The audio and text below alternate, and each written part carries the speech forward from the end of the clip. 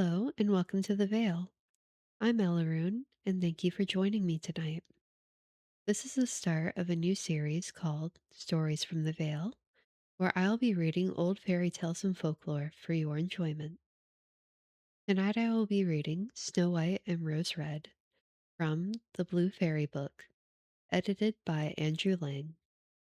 This book, along with many other public domain works, can be found through Project Gutenberg. So settle in by the fire, and let us begin. Snow White and Rose Red. A poor widow once lived in a little cottage with a garden in front of it, in which grew two rose trees, one bearing white roses and the other red. She had two children who were just like the two rose trees.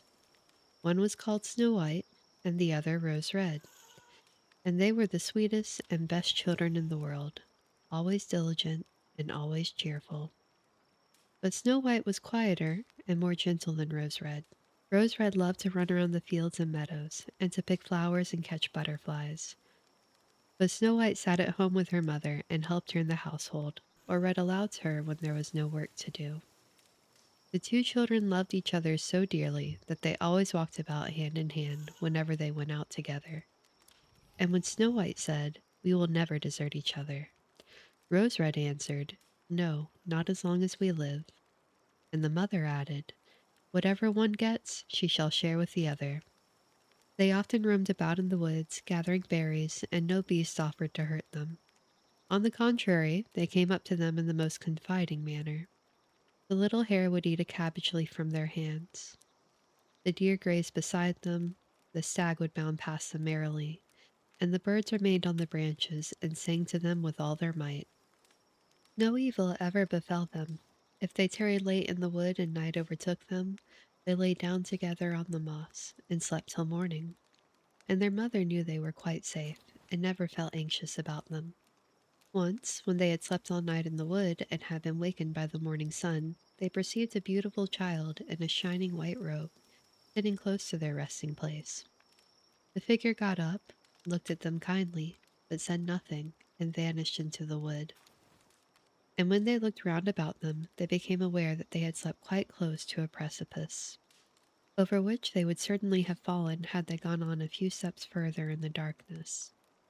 And when they told their mother of their adventure, she said what they had seen must have been the angel that guards good children. Snow White and Rose Red kept their mother's cottage so beautifully clean and neat that it was a pleasure to go into. In summer, Rose Red looked after the house, and every morning before her mother awoke, she placed a bunch of flowers before the bed, from each tree a rose. In winter, Snow White lit the fire and put on the kettle, which was made of brass, but so beautifully polished that it shone like gold. In the evening when the snowflakes fell, their mother said, "Snow White, go and close the shutters," and they drew around the fire, while the mother put on her spectacles and read aloud from a big book, and the two girls listened and sat and span. Beside them on the ground lay a little lamb, and behind them perched a little white dove, with its head tucked under its wings. One evening, as they sat thus cozily together, someone knocked at the door, as though he desired admittance. The mother said, "Rose Red, open the door quickly. It must be some traveler seeking shelter." Rose Red hastened to unbar the door, and thought she saw a poor man standing in the darkness outside. But it was no such thing, only a bear, who poked his thick black head through the door. Rose Red screamed aloud and sprang back in terror. The lamb began to bleat, the dove flapped its wings, and Snow White ran and hid behind her mother's bed. But the bear began to speak and said, "Don't be afraid. I won't hurt you. I am half frozen and only wish to warm myself a little." "My poor bear," said the mother, "lie down by the fire. Only take care you don't burn your fur." Then she called out, "Snow White and Rose Red, come out. The bear will do you no harm. He is a good, honest creature." So they both came out of their hiding places, and gradually the lamb and dove drew near too, and they all forgot their fear. The bear asked the children to beat the snow a little out of his fur, and they fetched a brush and scrubbed him till he was dry.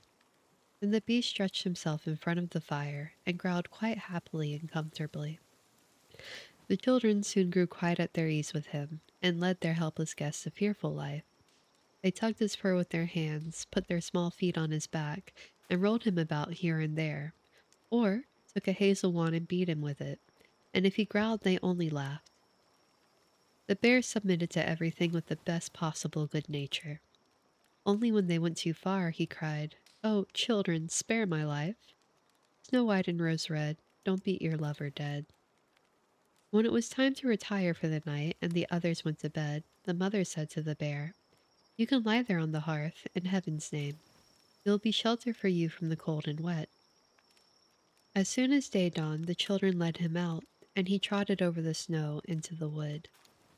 From this time on, the bear came every evening at the same hour, and lay down by the hearth and let the children play what pranks they liked with him. And they got so accustomed to him that the door was never shut till their black friend had made his appearance. When spring came and all outside was green, the bear said one morning to Snow White, "Now I must go away and not return again the whole summer."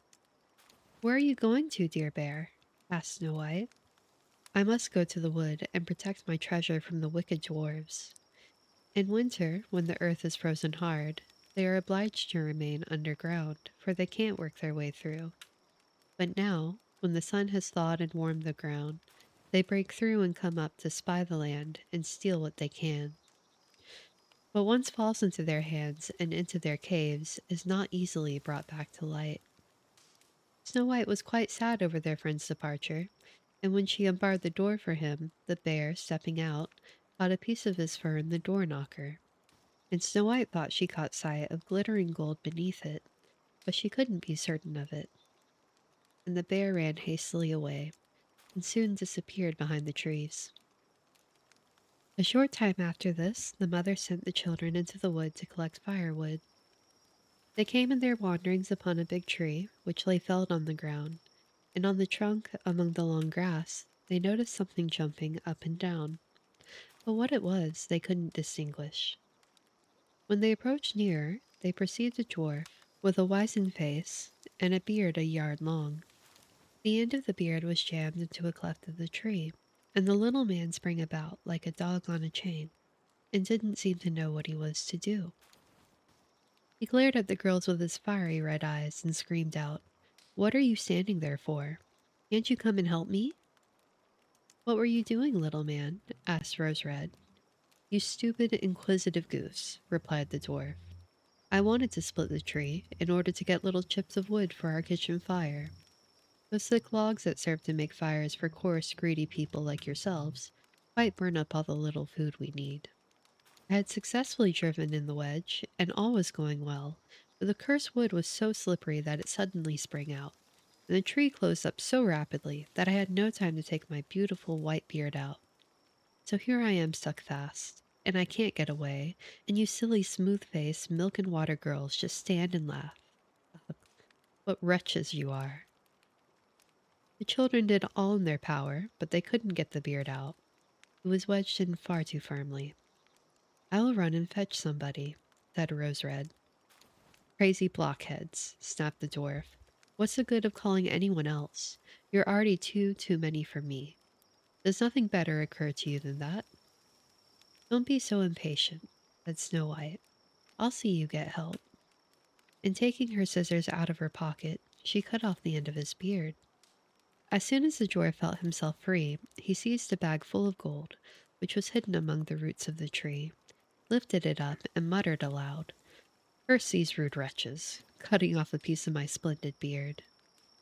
With these words, he swung the bag over his back and disappeared without as much as looking at the children again. Shortly after this, Snow White and Rose Red went out to get a dish of fish. As they approached the stream, they saw something which looked like an enormous grasshopper springing toward the water as if it were going to jump in.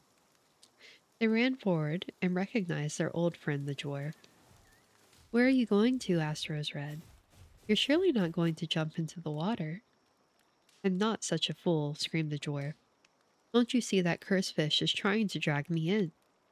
The little man had been sitting on the bank fishing, when unfortunately the wind had entangled his beard in the line, and when immediately after a big fish bit, The feeble little creature had no strength to pull it out.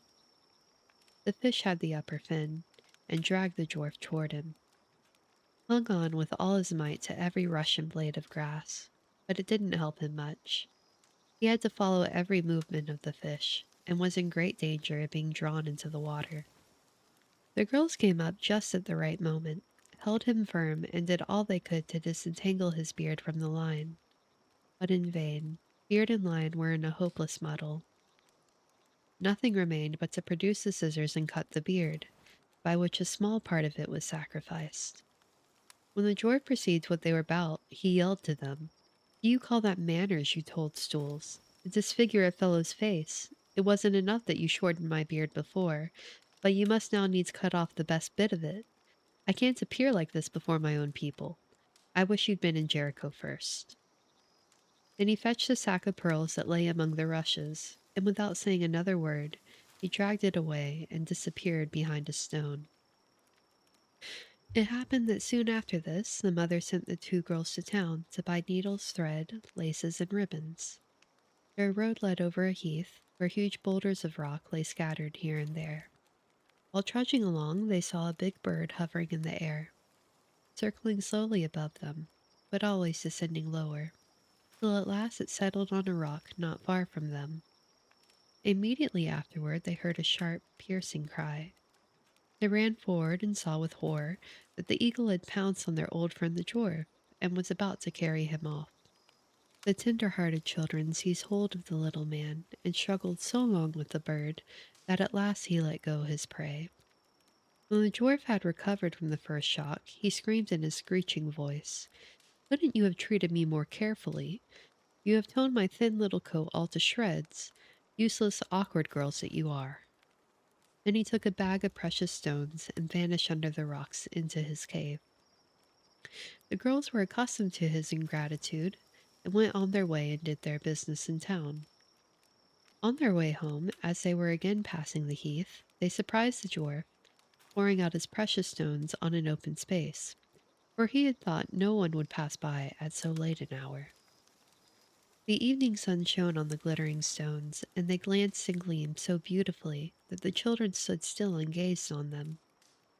"What are you standing there gaping for?" screamed the dwarf, and his ashen gray face became scarlet with rage. He was about to go off with these angry words when a sudden growl was heard, and a black bear trotted out of the wood.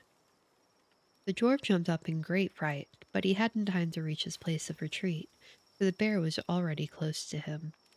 Then he cried in terror, "Dear Mr. Bear, spare me. I'll give you all my treasure.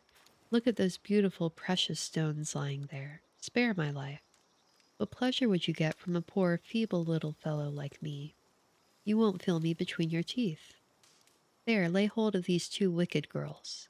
They will be a tender morsel for you, as fat as young quails. Eat them up for heaven's sake." But the bear, paying no attention to his words, gave the evil little creature one blow with his paw, and he never moved again. The girls had run away, but the bear called after them, "Snow White and Rose Red, don't be afraid. Wait, and I'll come with you." Then they recognized his voice and stood still, and when the bear was quite close to them, his skin suddenly fell off, and a beautiful man stood there beside them, all dressed in gold. "I am a king's son," he said, "and I have been doomed by that unholy little dwarf who had stolen my treasure, to roam about the woods as a wild bear till his death should set me free. Now he has got his well-merited punishment." Snow White married him, and Rose Red his brother, and they divided the great treasure the dwarf had collected in his cave between them. The mother lived for many years peacefully with her children, and she carried the two rose trees with her, and they stood in front of her window, and every year they bore the finest red and white roses. And there ends our story for tonight. Thank you for joining me for this first episode of Stories from the Vale. Have a good evening.